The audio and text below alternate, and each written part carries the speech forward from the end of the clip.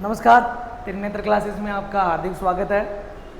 ये video regular ना आने का कारण है कि हमारे थोड़ी सी फैकल्टी जो है वो बिजी है। इसी चक्कर में कि हमारे जो केमिस्ट्री वाले सर है वो बाहर गए हुए हैं। अब मैं अकेला वीडियो बना करके वापस डालने का जो है पीछे जो गैप है वो नहीं, टाइम ही नहीं मिल पाता है। भी शाम को 7 बजे तक फ्री होते हैं, समय की बहुत कमी है ना। और जैसे ही सर आ जाएंगे तो उसके बाद हम रेगुलर वीडियो आपकी अपलोड कर दिया करेंगे।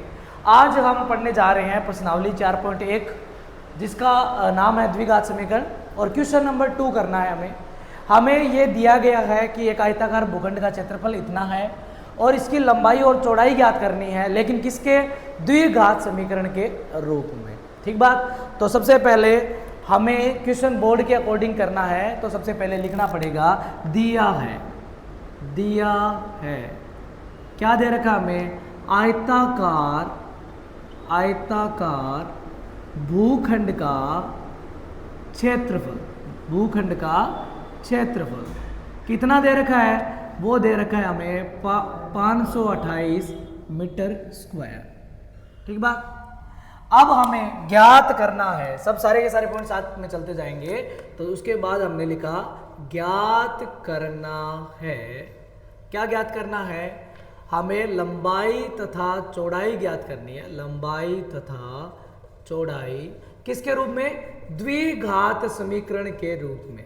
द्विघात समीकरण के रूप में हमें लंबाई तथा चौड़ाई ज्ञात करनी है।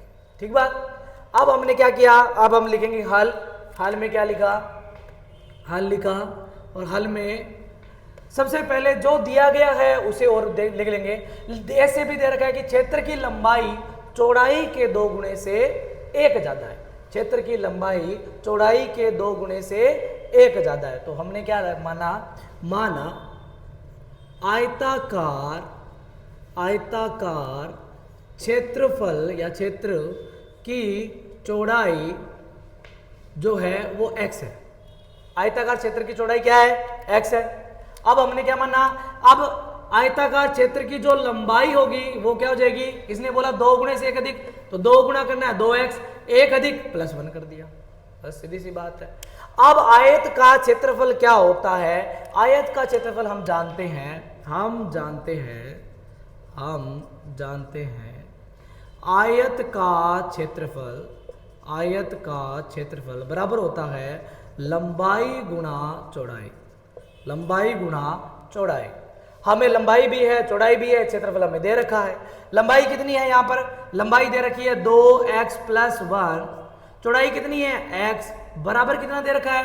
528 बराबर दे रखा है 528। अब गुणा करना है और कुछ नहीं करना। गुणा कैसे करेंगे? मल्टीप्लाई कैसे करेंगे? x का पहले पूरी संख्या के साथ गुणा करना है।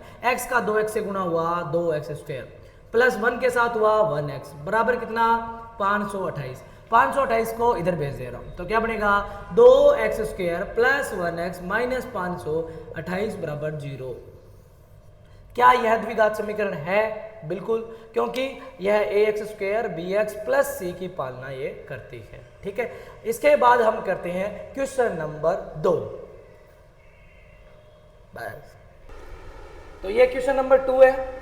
2 क्रमागत धनात्मक पूर्णांकों का गुणनफल हमें दे रखा है 306 और हमें पूर्णांक ज्ञात करने हैं, लेकिन द्विघात समीकरण के रूप में। ठीक है। तो सबसे पहले वही लिखेंगे। सबसे पहले हम लिखेंगे दिया है। दिया क्या है? 2 क्रमागत धनात्मक पूर्णांक। हमेशा याद रखना, क्वेश्चन के लिए दिया है आप लिख देते हो, ज्ञात करना आपको पता है, तो आपका मैथ का आधा क्वेश्चन तो हो गया। ठीक बात। आपको दिया ज्ञात करना जरूर लिखना है। तो दूसरे नंबर पे है ज्ञात करना है।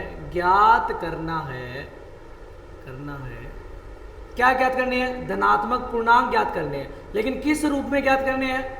द्विघात समीकरण के रूप में ज्ञात करने हैं। उसके बाद हमने लगाया हल। हल लगा दिया। सबसे पहले हमें कर्मागत का मीनिंग क्या? कर्मागत का मीनिंग होता है अगर 1 11 है तो अगला 12 है ना, अगर 1 15 है तो अगला 16। कर्मागत मतलब जस्ट अगले वाला। ठीक बात। तो हमने क्या किया, हल में लिखा, माना पहला धनात्मक पूर्णांक वो कितना मान ले, भी कुछ नहीं दिख रहा तो x मान लो, ठीक बात। अब हमने लिखा कि दूसरा धनात्मक पूर्णांक कितना होगा, बोलो दूसरा धनात्मक पूर्णांक, इसने बोला है कर्मागत मतलब जस्ट अगले वाला, एक x है तो अगला x प्लस 1, एक x है तो अगला x प्लस 1 होगा। जिस तरह से ऐसे लिख सकता हूं ना मैं कि 14 दे रखा है, अगला 15 दे रखा है, तो मैं 15 को मैं 14 प्लस 1 लिख सकता हूं ना, तो ऐसे ही लिखा है मैंने x प्लस 1। अब क्या दे रखा है, पूर्णांकों का गुणनफल, तो गुणा कर दो बस सीधा सीधा, कि पूर्णांकों का गुणनफल दे रखा है कितना, 306, तो हमें क्या दे रखा है, पूर्णांकों का गुणनफल हमें दे रखा है कितना, 306। पूर्णांक कितने हैं, एक x दूसरा x प्लस 1 बराबर कितना दे रखा है, 306, गुणा कर दो बस, x स्क्वायर प्लस 1x बराबर कितना, 306, x square plus 1x minus कितना, 306, बस क्यों, क्योंकि इस 306 को इधर भेज दिया। तो ये हमारी द्विघात समीकरण के रूप में पूर्णांक जो है हमें ज्ञात कर लिए, ठीक है। हमें धनात्मक पूर्णांक ज्ञात करने थे, लेकिन किस रूप में ज्ञात करने थे, द्विघात समीकरण के रूप में। तो ये आपका क्वेश्चन नंबर 2 का दूसरा भी कंप्लीट है, ठीक है। तो आज की वीडियो में इतना बहुत है, अगली वीडियो में मिलते हैं, तब तक के लिए जय हिंद जय भारत।